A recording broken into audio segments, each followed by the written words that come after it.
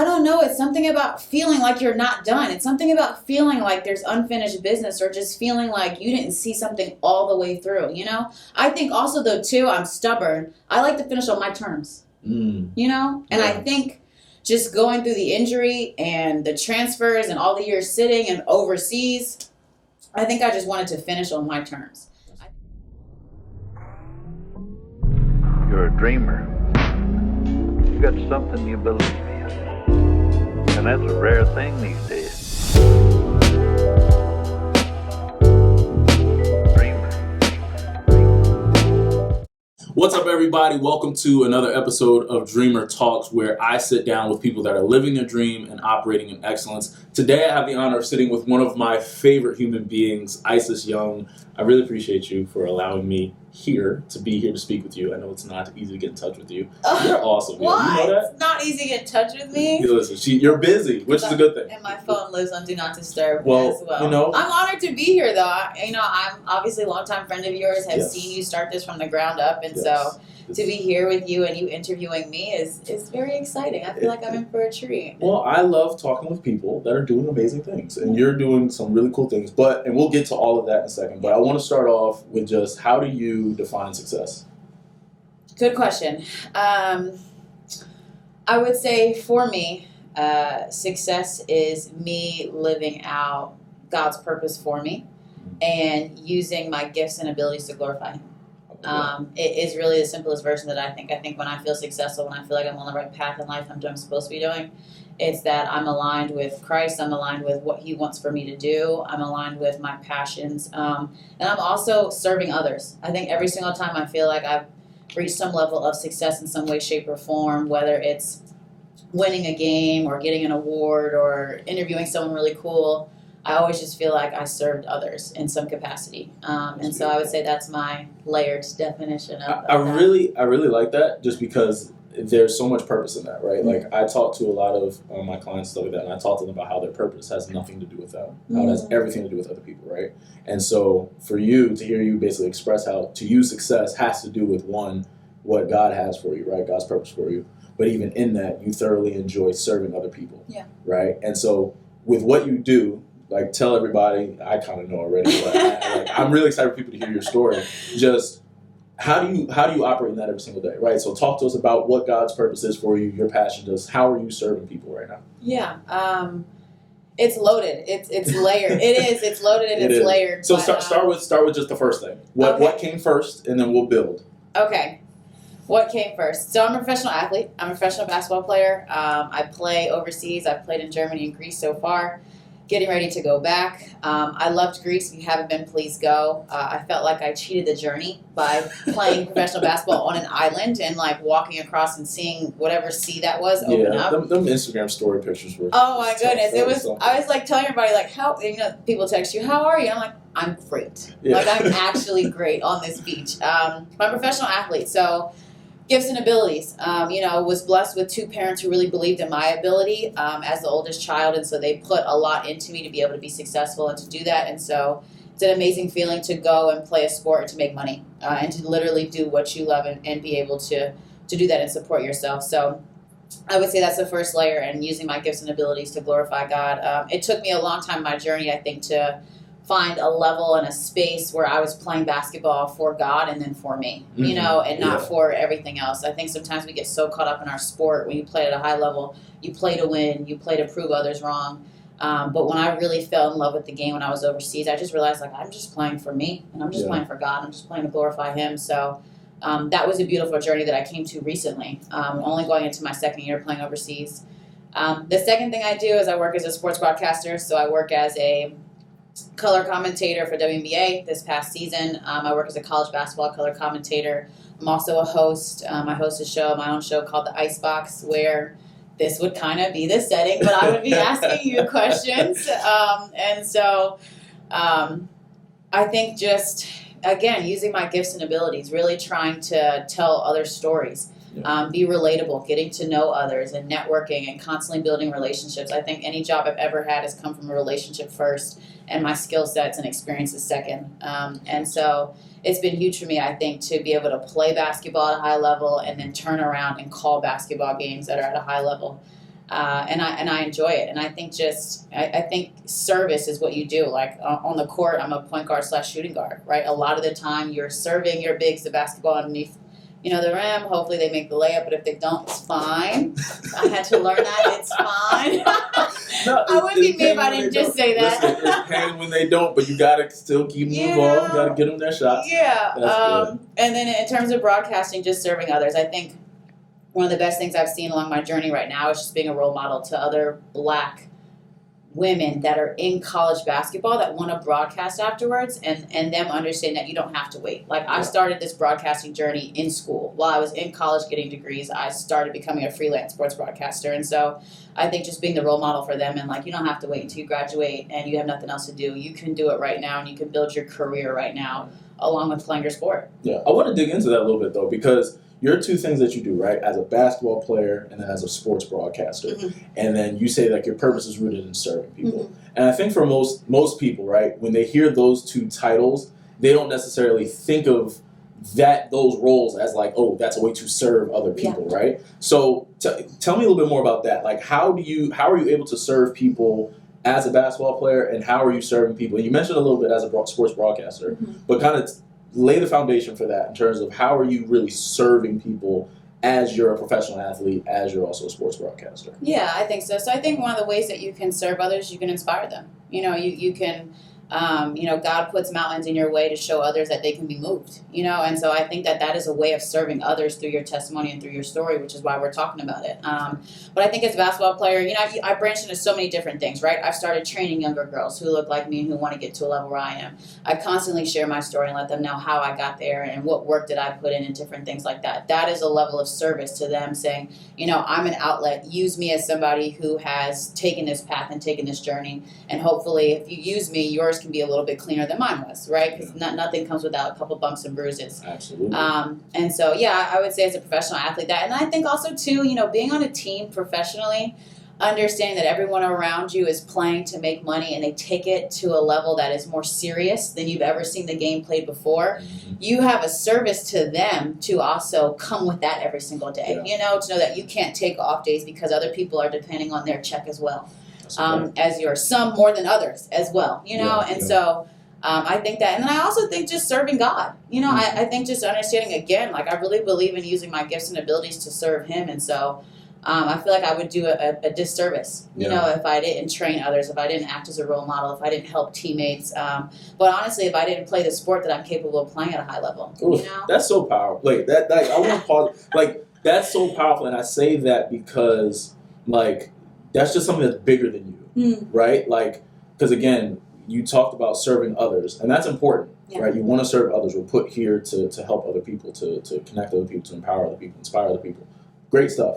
But to know that you're serving God by using the talents and abilities that He's given you, right? And not just letting them go to waste. Yeah. I think that's so powerful, because I think there are some people who because they may be good at something, right? They're not sure, but they think they're good at it. They're probably better at it than they actually give themselves credit for, right? But because they don't necessarily see the results of it, right? Because it's not making them money, because it's not, let's say, giving them influence, whatever the case may be, they don't do it, right? They don't do it, but it's like, and that's why I said the point you just made was so powerful, because it's like, if God's giving you a gift, use it, right? Like you should absolutely use it. And so, one, I love that you're using it. Like that's amazing.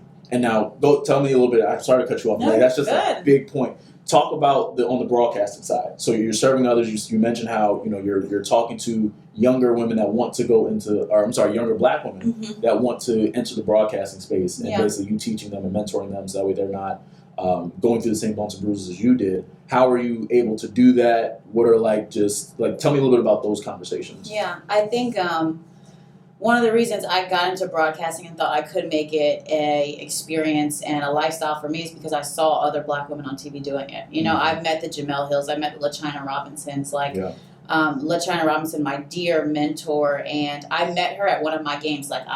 It was a Syracuse game where I played in college, one of the 4 schools where I played, but I'm sure we'll cover that later. Yeah. I can't wait. We're going to get to that. But being at Syracuse and her calling one of my games and me making sure I reached out before to let her know, like, hey, I'm getting into broadcasting and you're someone that I look up to and I don't even know you, right? And so I think that mentorship has become a huge way that I've served others, and that others have also served me. That's what I like about mentorship so much. That's a two-way street, right? Like, you can be my mentor, but I can still serve you as a mentee, you know?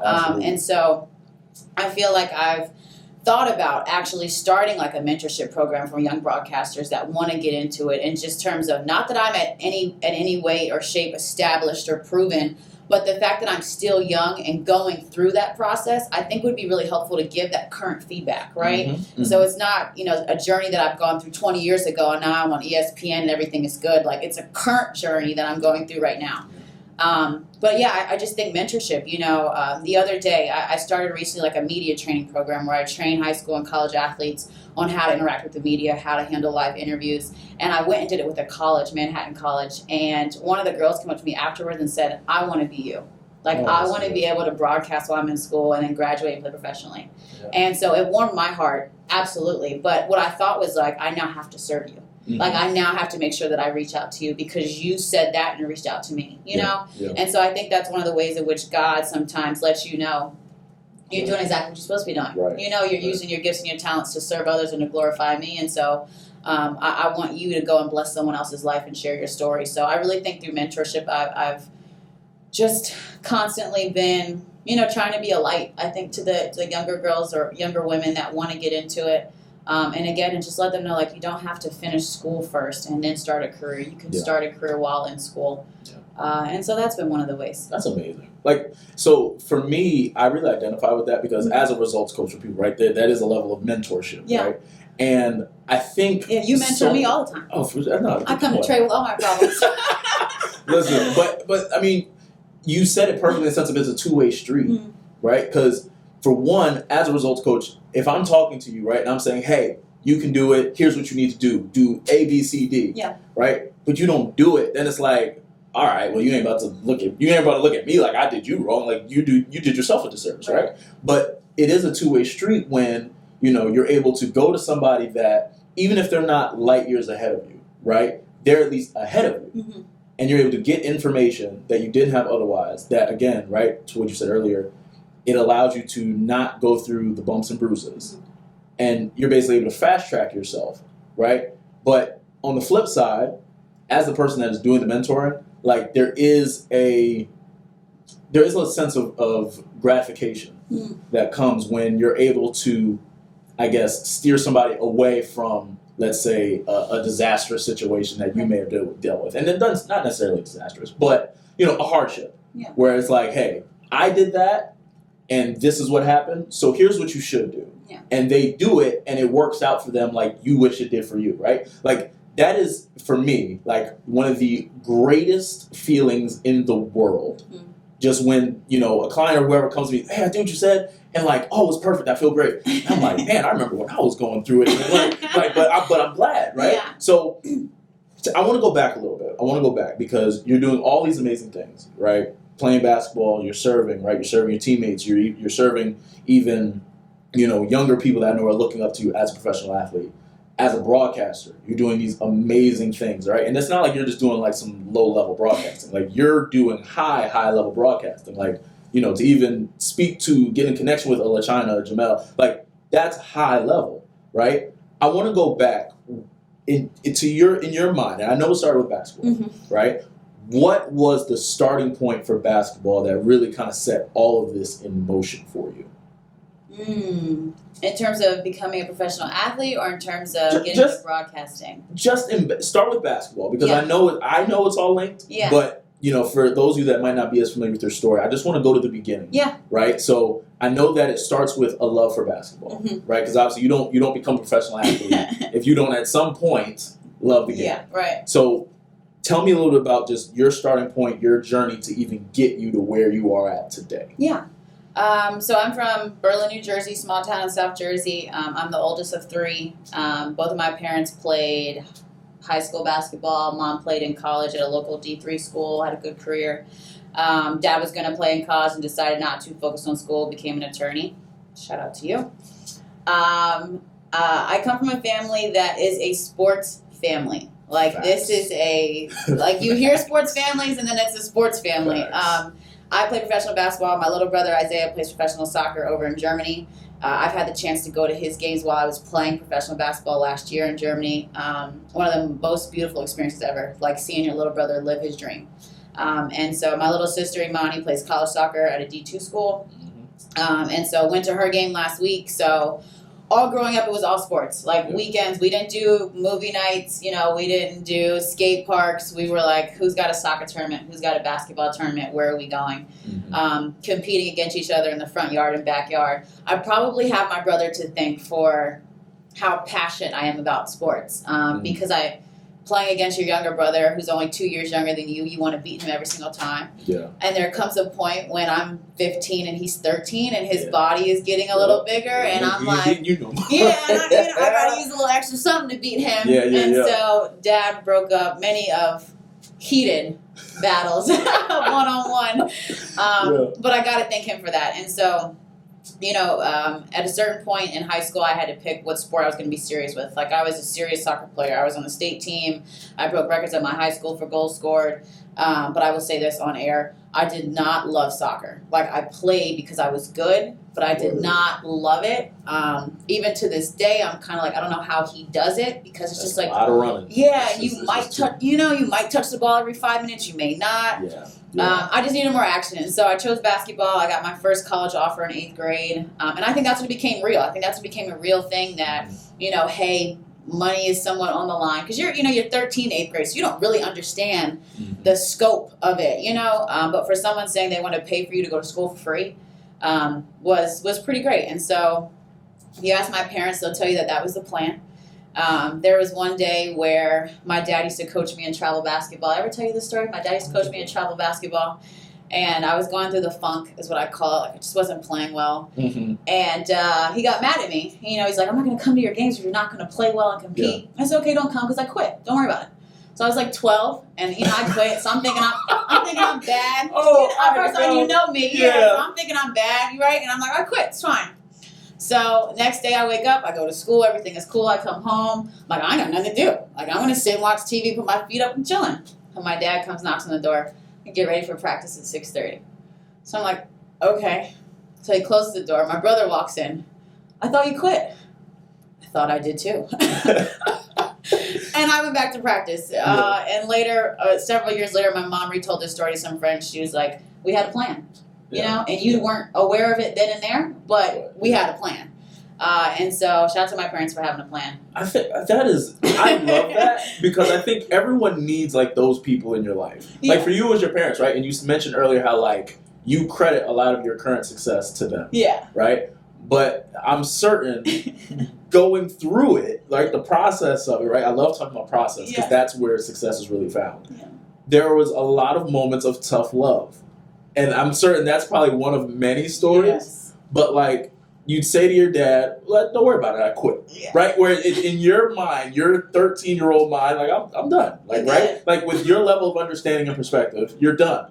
And you're okay with it, because you're just like, you ain't thinking much about it. Not at all. But your parents, right, just having a different perspective, right? And I want to highlight that, because I think that's the important part, right? Like, you have people in your life that have a different perspective and a more experienced perspective, where your mom says, no, we had a plan. You didn't know, but there was a plan. Right? And, like, obviously you can go extreme with that plan, but just having people in your life that have a plan and hold you to a standard that they know you can be at, right? Because I think, especially, and this kind of applies to any area of our lives, but there's so many times where we don't see our own greatness, right? We don't see it, whether it's because, I mean, who knows? We all have different life experiences and stories, right? And blind spots. Right. We all have blind spots. That's the perfect way to put it. We all have blind spots, but we do need people, we need mentors to shine light on those blind spots. And I think that story that you just shared is an example of your dad basically shining light, well, not your dad, your parents, shining light on a blind spot of, no, you're not quitting. Like, that's not a thing. Right? So, tell me a little bit more. So you get the scholarship in 8th grade. Your dad says, basically, you ain't quitting, right? So he says, get ready for practice at 6:30. What happens next? Like, what's, like, the next, I guess, big moment? Because you mentioned how getting the offer made it real. Like, what was another moment, whether it be middle school, high school for you, that made it real? I would say I went to a really good high school. I played with, and I'm not joking, out of 10 players on our team, 8 of us went Division I basketball, which is unheard of in women's, like, in girls basketball, and then in New Jersey. And then in a small school where I graduated with maybe 50 kids in my class. And so I went to Trent Catholic. I graduated from Life Center, but I went there for 3 years. Mm-hmm. And so both of them I call my high school homes. And so I played with a McDonald's All-American. I mean, like Richmond, Rhode Island, Iona, Syracuse is where I, somewhat finished and went. The list just goes on of the places we played. Richmond, Old Dominion. And so I think when I was on that level, my freshman year of high school, playing with these girls that were some of the best in the state, but some of the best in the country, it made it real. It just made it seem like the level that I'm playing basketball on right now isn't a level that everybody else plays at. And sometimes you don't understand that. You play high school sports, you just think it's high school. But when we're playing against some of the best people, in the country, and people are coming and they're writing about us, right? And then you have ESPN Hoop Girls, and they start ranking you, and I'm, like, climbing the rankings, and now I'm, like, top 100, and I'm top 50, and then I finish, and I'm the number 10 guard in the country. And I'm like, well, little ice, like, from Berlin, New Jersey, like, just, you know what I'm saying? Just really, like, had parents who had a plan, and I just loved to hoop. And so I think playing with that high school team and just that, and then won state championships with them, I think it just put into perspective, like, no. Like, you're one of the best in the state, but you're one of the best in the state, and one of the states is the best in the country. Did you ever think about that, like, while you were in that time period? Like, because I understand what you mean when you say, like, it's just, like, all right, this is just normal. Like, right. I'm used to, reporters. I'm used to all of it, right? Yeah. Like, did that ever, like, just get real to you where it's like, no, I'm really, like, ranked? Like, did that ever, like, occur to you in your mind, or was it always just kind of out of sight, out of mind, like, all right, this is just what's supposed to happen? Yeah. I think I ever thought it's what's supposed to happen, right? I just thought, like, I'm just going to be really good. I think I'm really good. My parents think I'm really good. People around think I'm really good. I think when you go through AAU and you start playing teams nationally, right, and you're traveling to D.C. and Vegas and different things like that, and then you're paying attention to rankings and you're seeing some of these people that you're lined up with, it becomes very real because now you understand who, for the next level, your competition will be, or at least for getting scholarships, what your competition will be. And then I think, once certain offers came in that came from the SECs, the ACCs, the Pac-12s, it was like, nah, you might be the number 10 guard in the country. You know what I'm saying? Like, so I always believed in myself 100%, but I think, politics are in everything, and so with rankings and politics, you can't let it sell you, right? And so I just think, I think maybe winning state championships in high school and then playing with those, the caliber of players I was with, and just understanding that the college offers and scholarships were coming, and I had options, was all you could want. And so I think it made me understand, like, you play this game at a high level for a 16, 17, 18-year-old. I really think, like, that your experience in high school, right, speaks to the power of proximity. Like obviously you didn't really know it, right? Where you're going into a situation where you're playing with these girls that are high level players. Right. But I think what's important to note there with that is what is considered greatness, you were in a place where that's normal. Right? So like your standard was already like way up there in comparison. Without me knowing. Right, without you knowing it, right? And like I think in a lot of times for people today, right? Because there are people that you shared in terms of basketball, right? But I really do think that's like a life thing, where it's like when you put yourself in an environment, in a solar system, as I like to call it, where the standard is just raised, like the bar is raised, like what's good is not good enough. Right. Like we're only taking excellence here. What other people may consider greatness, we consider normal, right? When you put yourself in that type of space, you almost have no choice but to acquiesce to that, right? Like, and so even for you with basketball, you entered a space where, no, this is the standard. Like, it's Division I. Like, this is not, like, it's normal for ESPN to be around. It's normal to do all this traveling. It's normal to get these offers and even be in the competition, because I think there's even power in that. Like, you got to actually be in it to compete, right? Right. So, I think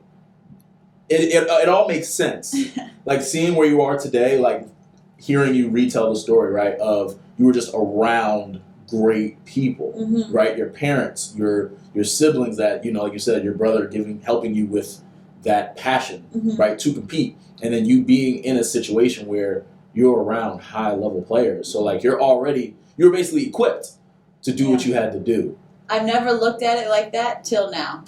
But again, Denise and Dennis, my parents had a plan. Yeah. Like, because I didn't do that. I didn't say I want to go to this private school. I didn't say I want to play with these players. I didn't say I wanted to be top 10 in the country. Like, I just said I want to be the best on whatever court I step foot on. And they just made sure that these courts were also with high caliber players to test and see if I was really the best. Yeah. But yeah, they just had a plan. That's so cool. That's so good. Shout out to them. So move forward a little bit in the story. So you have an amazing high school career. Amazing high school career. That's about around the time when we met. Actually, we met in high school.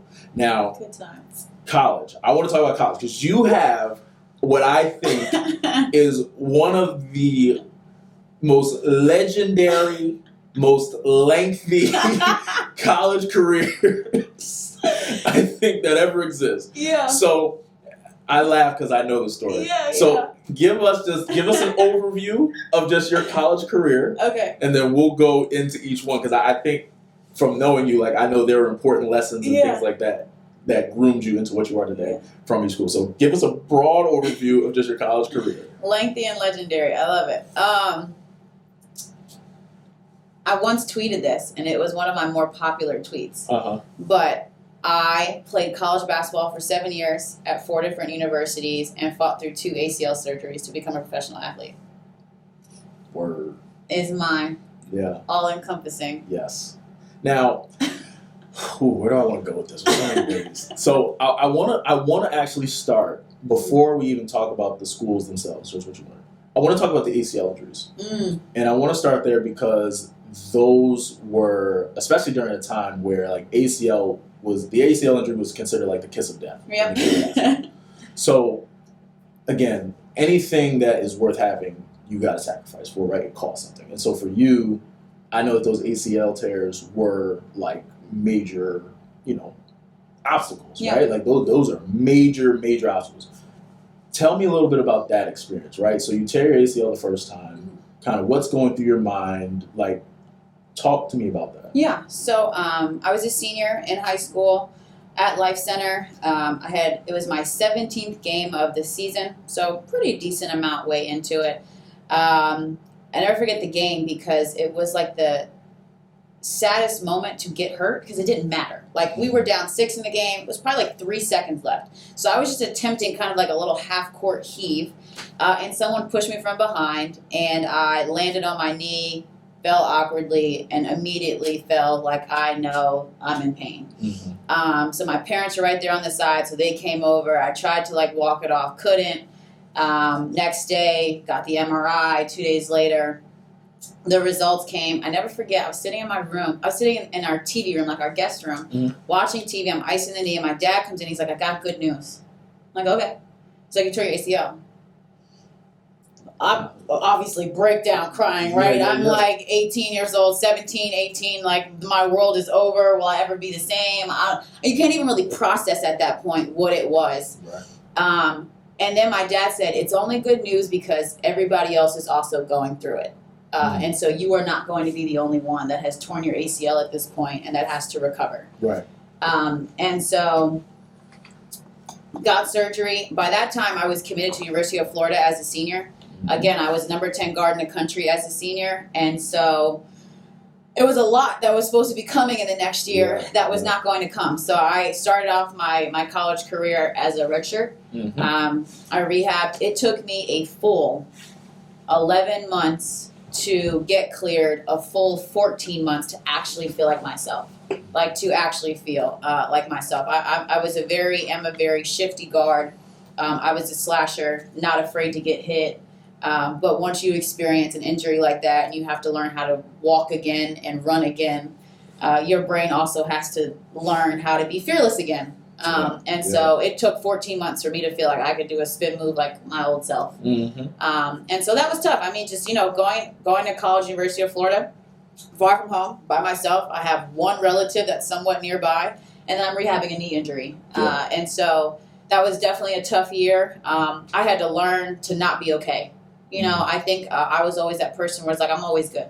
Yeah. I'm always good. You ask me, I'm always good. You know, what can I complain about? And I'm kind of still like that to this day, right? Like, but I had to acknowledge then, like, yo, some days are just not good days. Some days in rehab, you just did not get better, and that is just how it is. And so, went through that experience. That ACL, I think, was worse compared to the second one. Now that I look back, but you know, the second ACL surgery came 5 years later, in my 6th year, getting ready to play college basketball, and that journey in between we will get into. But experiencing that one just kind of made me feel like, as long as I recover to the point where I can walk and chase my kids on the basketball court in the next 10 years, I'll be fine.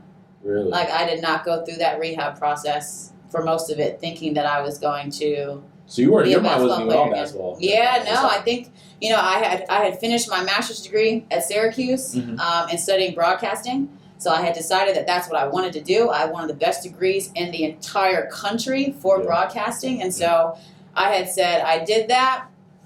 I had gotten into a little bit of broadcasting while I was in school. Yeah. I kind of made that platform for myself. Also, right before this, I had done an audition with ESPN.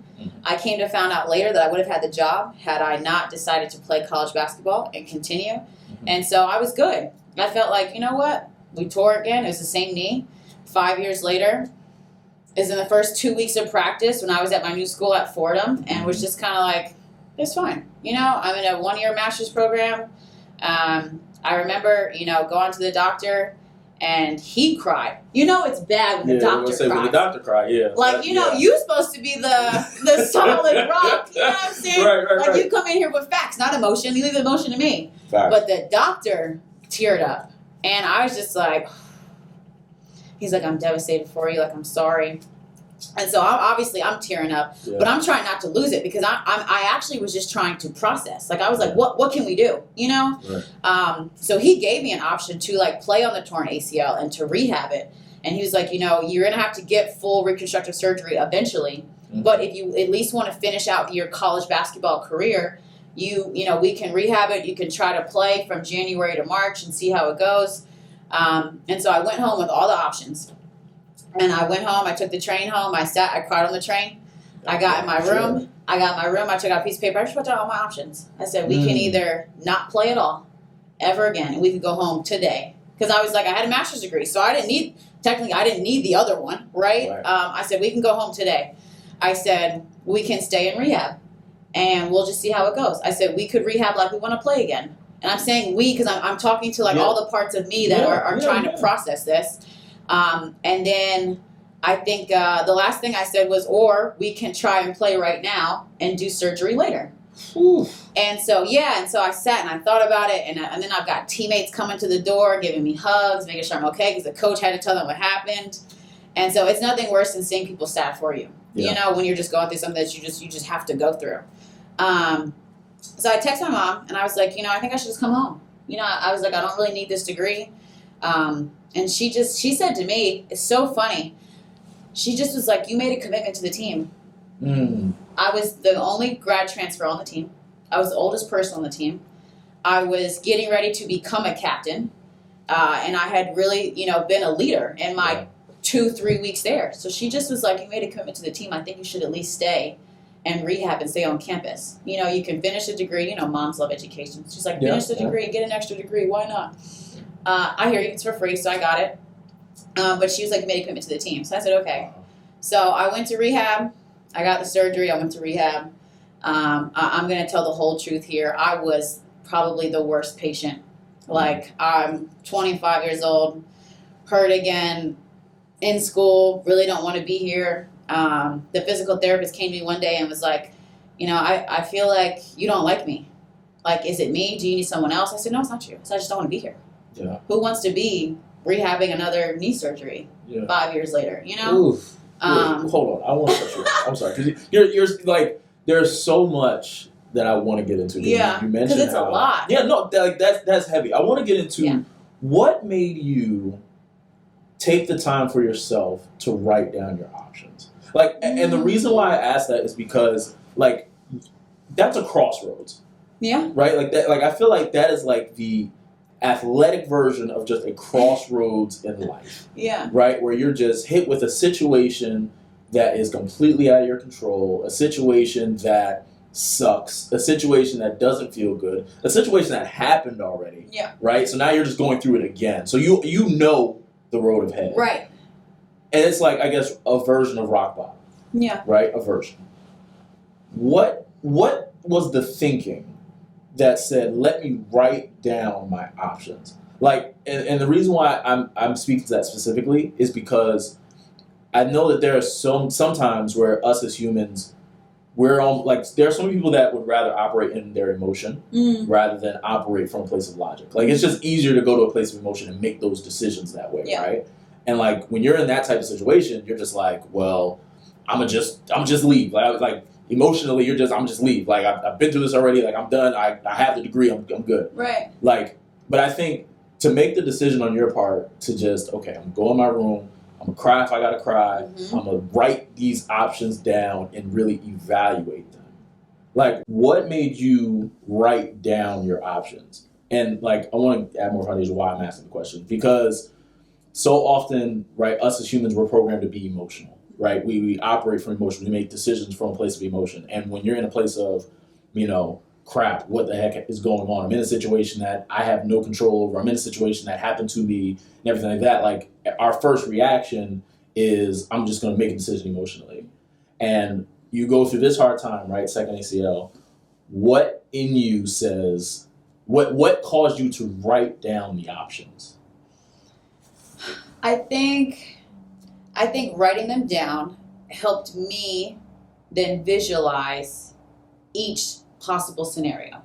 And so I think that there were a number of options I went with, right? Like, I outlined 4. And so writing down, I could just go home tomorrow.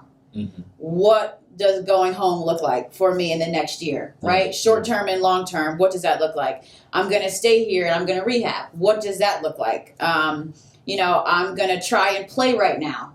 What does that look like? And so I think I couldn't necessarily visualize it until I wrote it down, put it on paper. I said, okay, these are the things that we can do. Now let's go through them. Let's visualize. Let's see the pros and cons, and let's see how we feel about it. I also think, too, it helped me stay away from making an emotional decision because I had to write stuff down. And when you're writing down, I kind of wrote down facts. I wrote down like these scenarios, but these would be facts. Right. I think the reason why my mother responded, in the way that she did when I texted her, I said, hey, I want to go home. And she said, you made a commitment to the team. I think the reason she responded like that because she knew I was emotional. Yeah. I think she knew I had texted her emotionally saying, this is how I feel right now. I feel like a little girl whose heart is broken, who wants to go home and who wants to leave. And so thankfully she responded the way that she did because she's absolutely right. Like, she taught me to honor commitments, and I definitely made a commitment. And so happy that I stayed. And I think it was also a commitment to myself. You sign up to play college basketball and you have no control over what it looks like. No control over coaches, over teammates, over referees, over injuries. Listen,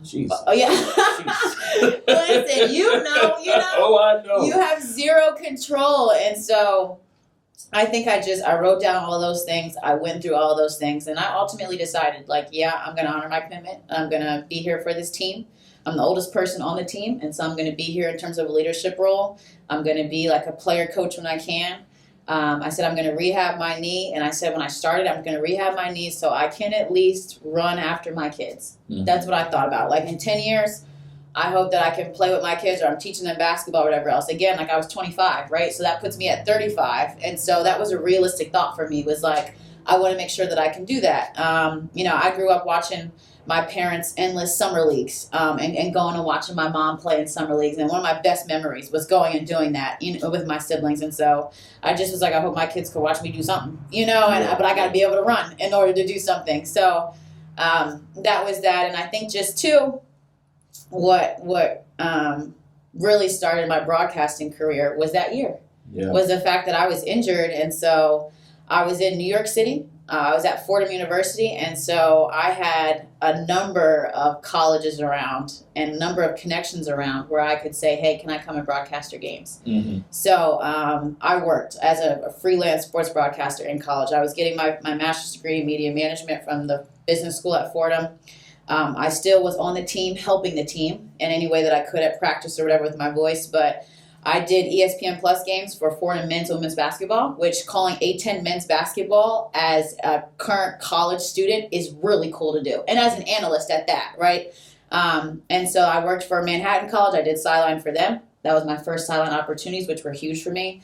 I did games for Columbia women's basketball, Fairleigh Dickinson women's basketball. And so all teams and all coaches that had recruited me in high school, right, that had recruited me again in college when I had transferred twice and said no to all of them, but still maintained those relationships and was able to do that. And so I was calling anywhere from 2 to 5 games a week, between TV and between radio and between my school and all the other schools. And the experience was amazing. So in your ACL process, that's when you discovered broadcasting. I think when I was at Syracuse the year before, I did the master's program, and I had some really cool opportunities. Like I created the Icebox. I did that. That was like a feature on the ACC Network halftime show. I did little things here or there. Like I hosted a news channel one time, and I hosted like the sports segment, and that was really cool. But it was little things because I was still playing. So there's only so much I could do. And so that year, I just said, I'm going to see what this is going to look like. Like I just gave myself that year to say, what would it look like being a college basketball analyst or sideline reporter for a season, and what's it going to look like? And so me doing that also while in school, also while getting another master's degree, also while still tied to a team, and also in New York was just a complete full experience. And then also too, I'm going to say this too, also like making money, like me being that and creating my own income and working for different schools and things like that, being able to save a little bit. So I think it's cliche, but my injury was a blessing in disguise, And I'm glad you said that, because I want to go deeper into that, and I want to go deeper into that because you found a passion, which was broadcasting, right, during that period of time. I want to get into the process of that, right, because it's one thing to write down your options. It's one thing to decide, okay, I made a commitment, I'm going to honor it, right? It's one thing to even decide, okay, I'm going to reach out about broadcasting opportunities. But there's, I know, a lot of mental work and a lot of things that had to happen on your personal part to connect the two. Right? Tell me about that process, because, like, tell me what was the hardest part? Like, because you mentioned earlier how you were still processing, right? Like, the injury happens again. You're still just processing it. Like, you were, like, right, you're processing it. But you were able to identify that you were heartbroken. Like, what was the hardest part about that at least made you at least be able to identify, I'm heartbroken in this moment, even though I can't fully process what the heck is going on? Yeah. I think the hardest part was watching games and calling games and thinking I would have done this. And then thinking I could do this. And then thinking I could do this better than whoever is doing it. Right. And I found myself analyzing the game a lot, but like being so active about it, where it's like, man, I would go work on that shot tonight if I could, I also think too, people don't understand, like, it's still a privilege to play the game. Absolutely. And so I think when you come across, again, I was the oldest on my team. They had a lot of freshmen. They're going through their first year of college. But when you see people not appreciating playing basketball and you can't, physically you can't, no matter how much I could try, I couldn't. Like, the most I could do was shoot a set shot from 12 feet. Couldn't even do 15 feet because it was too much pressure on my little old knee. Like, I think I developed some type of, I don't know, like, I think at one point I developed a little bit of rage because I just was like, now I see it. People always tell you, like, playing basketball is a privilege. And, like, yeah, you understand that once you're injured sometimes. You understand that once you've, been benched before and you get on a team where you can start. But when you're calling games and you're constantly seeing people do it. I was even dating a guy at the time who was playing at the school. And, like, watching his games and talking to him about it afterwards, like I'd be so you're like fired up. it. Yeah. And he'd be like, babe, calm down. I'd be like, no, because you don't understand. You get to shoot. I don't. Yeah. Like, no. Real talk. But in that, and so I think I think seeing people not appreciate the game of basketball, like not loving the game when it's like, yo, all I want to do is love the game. But I think that what saved me was the fact that I could love the game from behind the camera. Was the fact that I could call the game. And I became really good. Like I think not playing drove me to be the best analyst I could possibly be. Right. And I was really just doing it for me. It's one of those things where I don't think broadcasting will ever understand how much it did for me in that space. Yeah. I can't imagine if I did not have that and I just was in school and then rehabbing an injury, what version of ISIS y'all would have known. Yeah. I can't imagine. Yeah. But I think because I broadcasted, the best version came out. Right.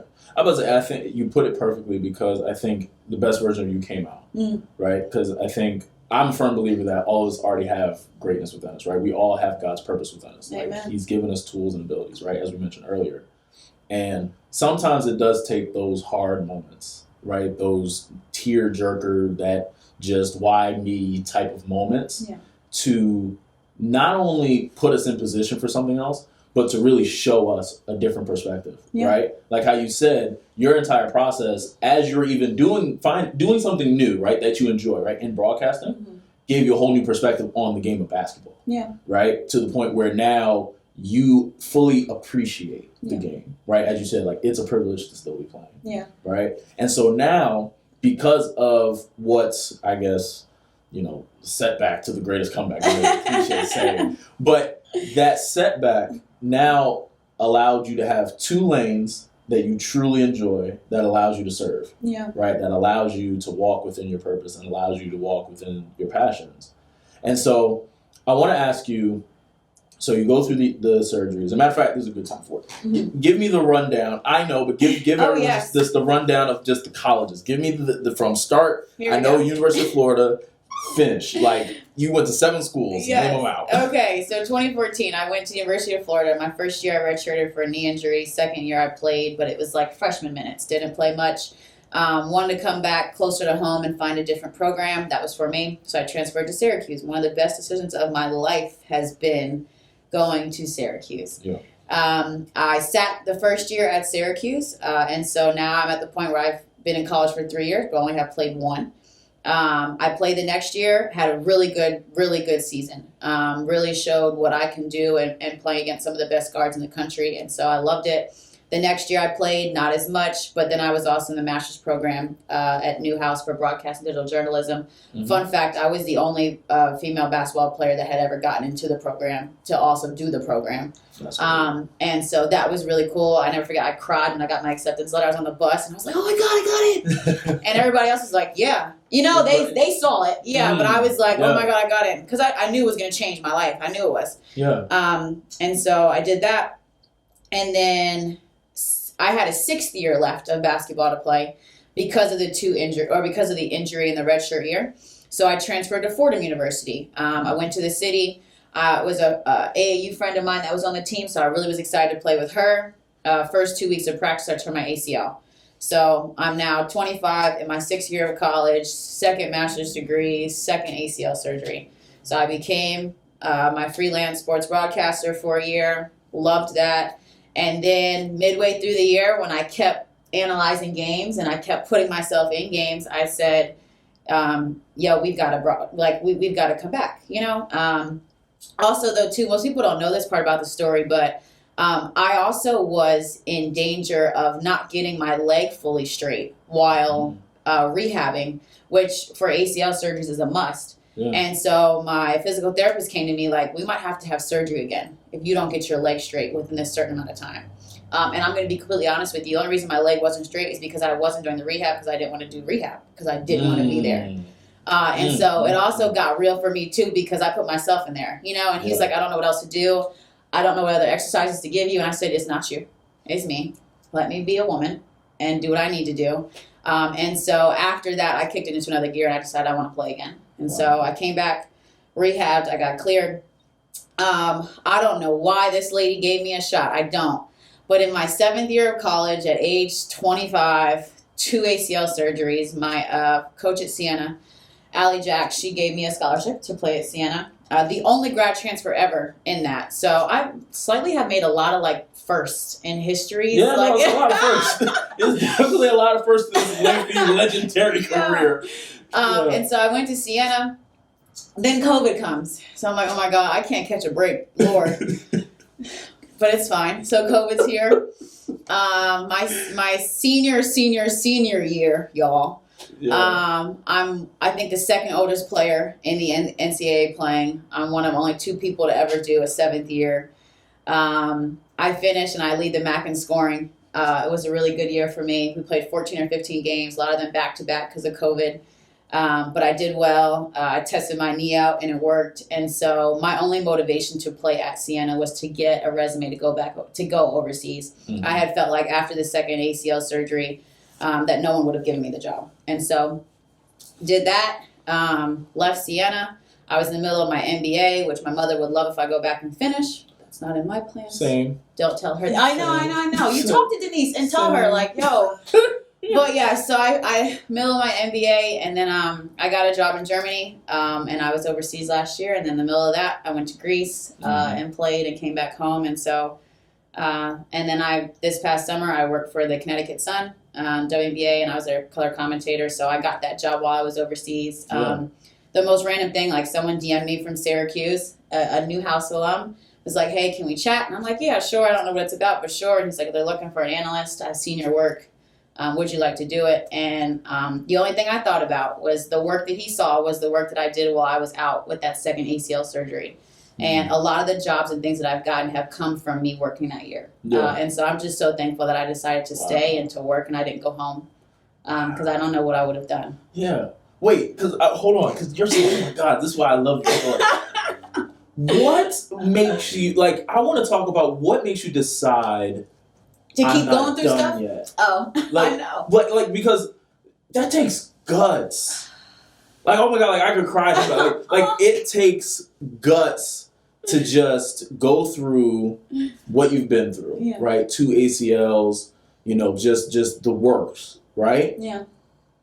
And to make the decision, again, right? The same decision to write down your options, the same decision to honor your commitment, the same decision where you decide, I'm not done with this, right? Like, talk to me about that because, again, like that takes a level of guts that I think people need to hear about. Yeah. Because it's not easy. Because it makes no sense. None. Like, you know what I'm saying? But, like, I say that in a way that's empowering because it's like, to most people, that type of decision makes no sense. Yeah. Right? And I think that speaks to, again, like, standard. Like, what most people would consider average. Like, again, even playing Division I basketball is a blessing. It's an honor. Great. Woo-la-la. All that, right? How everyone else would describe it. Right. But that's not the standard. That wasn't the standard for you. Like, you knew there was more. Yeah. So, like, I'm blowing. Like, tell me about, like, what allowed you to have the guts to say, I'm not done yet. Even though I've been through all of this, I'm going to decide to keep playing, to do something I love. Yeah, I think, to be facetious, I'm crazy. I think I'm a little crazy. Like, I just think, I don't know. It's something about feeling like you're not done. It's something about feeling like there's unfinished business or just feeling like you didn't see something all the way through, I think also, though, too, I'm stubborn. I like to finish on my terms, And I think just going through the injury and the transfers and all the years sitting and overseas, I think I just wanted to finish on my terms. I think I felt like I went through so many things where I didn't get to finish on my terms or I didn't get to decide my journey. And so I think I just wanted to finish on my terms. And I think just, I've always believed in being resilient. My mom, she'll say to me all the time, like, listen, we get knocked down, but you get up tomorrow, And so I think I only know how to get up. Ooh, that's so good. And that's all you've been doing. Like, that is all you've been doing is getting up. Oh, Jesus. Sorry. Oh. Nah, like, I think that's so powerful because, again, like, it takes guts to go after what you love. Yeah. Right? Like, it takes guts to, and again, right, we're talking about basketball, right? But, like, that, to me, basketball is just more of a symbol. Because, like, you can apply this to anything. You can apply it to your career. You can apply it to your personal life. You can apply it to your finances. whatever. It takes guts to make decisions Yeah. for something that you really want, something that you really love, right? And it takes a level of sacrifice because, even when you shared about how, you almost had to have a second surgery because you weren't doing the rehab work you were supposed to do. I was tripping. Like, oh no, you were bugging. I was tripping. But I'm glad you said that part. Stubborn. When you're going, I'm glad. But like, that is so cool. And then again, like, that bad moment creates 2 new lanes of something you love, where you see it through. Yeah. You get the opportunity to play overseas, right? And then now you get an opportunity to color commentate for the WNBA, which is like, right? Yeah. Like that is so amazing. I think so too. Like, I think you can feel when God is working. I think you can feel when God is like using you and when he's working through you and when he's showing others. Again, like he gave me those mountains to show others they can be moved. Mm-hmm. And so I really I take that to heart when I go through some things, or when I share with people that I've been through some things. Like, I just hope that my story empowers you to know that you can believe in yourself, believe in what you do and why you do it, but also believe in who's behind you, and I just think I just think no weapon formed against you is a real thing that sometimes comes in a wave of different things. It comes in transfers. It comes in coaches who don't play you. It comes in injuries. It comes in bad relationships. It comes in getting fired from your first job overseas. Like, it just comes in so many different ways that you start to understand, like, no. Like, this is a story. This is the journey. But I also will tell you, too, I had a quote that got me through all of that. Mm-hmm. I used to say, you can't complain when there's a lot on your plate when the goal is to eat. Yeah. And I think I kept constantly adding things to my plate, basketball, broadcasting, whatever else that I was doing. And I just refused to complain about it. I get sad here or there, and I called you sometimes and got some tough love from friends, but I just think I didn't at all complain about my journey. I think at a certain point when I was getting through it, I was like, yo, this jump is actually kind of cool. Yeah, it is. It's actually kind of cool to tell somebody you played college basketball for 7 years and you've been through X, Y, and Z, and like, you look good doing it. Right. And I think, and I want to add on to it, like, no one can take it from you. 100%. Right? Yeah. Like you've been through so much, right, where you make the tough decision. Yeah. Where it's like, regardless of what anyone thinks about it, it's like, nah, that's my experience. Like, right. I decided to do something again. Really cool. Like, there are a lot of firsts for you in your story, right? Yeah. Like, for you to make that decision and like, to just sum up and hold, like, your entire story. I think your story is, like, the epitome of, one, having, like, the right people around you. Like, the right people, not necessarily having yes men or people that always agree with you, but, like, having people that are more experienced, having mentors that have been through where you're trying to go, from your parents to, just your mentors in China and them, like, just having the right people around you. Yeah. And then 2, just making a decision, like, for yourself, or like making a decision for the things that you love. Yeah. Right? Because you don't go through 2 ACL injuries and say, I'm going to keep going. Like that, like, you don't do that if you don't make a decision for something that you love. Yeah. Right? And then even in you finding, an interest and a passion in broadcasting, like, you don't even try to take that, add it onto your plate, as you mentioned before, right? Like, if you don't love it. Because, again, the schedule of a professional athlete, even when you were doing it in college, like, the schedule of a college athlete, student athlete, that ain't no joke. Yeah. So to decide that's something I want to do too, like, you basically substituted all your either ors for ands. Like, I'm doing this and that. I'm 100%. Doing this and, like, I'm not doing or. I'm not doing either. I tell people I don't believe in plan A and B. Yeah. I believe in plan A1 and plan A1. Real talk. That is, like, so cool. Like, I love it. I think people need to adopt some of what you share, so I really hope they did. Adopt the crazy. I'm telling you, never want to be a little crazy. We all got our little quirks. Not at all. But so I want to end. So, craft your dream in terms of what I teach people. I think in order to accomplish any type of goal, any type of dream, you need to have clear vision, 100% effort, and consistency, right? Those are, in my opinion, the 3 core values, right, to make any dream happen. For you, with everything that you've been through, right, the great sources that you have around you, yeah. What are your 3 core values that have not only allowed you to get to where you are, but will propel you to go exactly where you want to go after this Yeah. and moving forward? It's a great question. My 3 core values. I would say, I would say, I think I would say the first one is being goal oriented. I understand that I set little goals for myself all the time, whether it's a to-do list for the day or a vision board that I create every 6 months on what I want to get done, and I update it. I would say being goal oriented because it keeps me focused. I think sometimes you can be doing things, you can be doing the right things, but not necessarily going on the right path because you're not focused. So I think being goal oriented.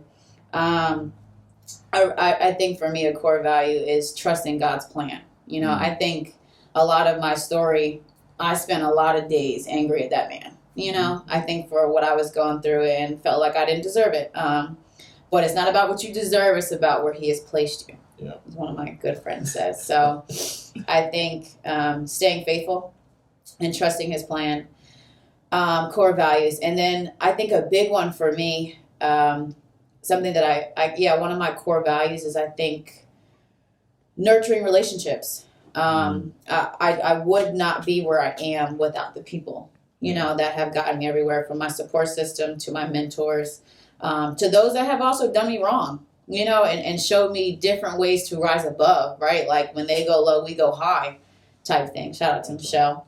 But I think also that in nurturing relationships. So I think if I could, like, I just continue to be goal oriented. I value my goals. I value staying faithful to Christ and his plan for me. And then I value the relationships along the way and nurturing those relationships. Those are 3 things that I think I've done consistently, that I give 100% effort to doing, and that give me the clear vision to keep going and to get to where I want to go. Oof, that's so good. I mean, we could talk for like another 3 hours, but we will, just not on camera. Oh, for sure. No, yeah. I appreciate you guys for checking out this episode this is episode 1 of Dreamer Talks season 3. This is awesome. So you guys see what we're starting off with. If you want to connect with Isis, her information is going to be in the description below. Check it out. Watch this interview again, because again, her story is the epitome of having a good solar system, the epitome of just making a decision for doing something that you love. But I appreciate you guys for checking out this episode. Always remember, your dream is possible as long as you're willing to work for it. And I'll see you guys on the next episode.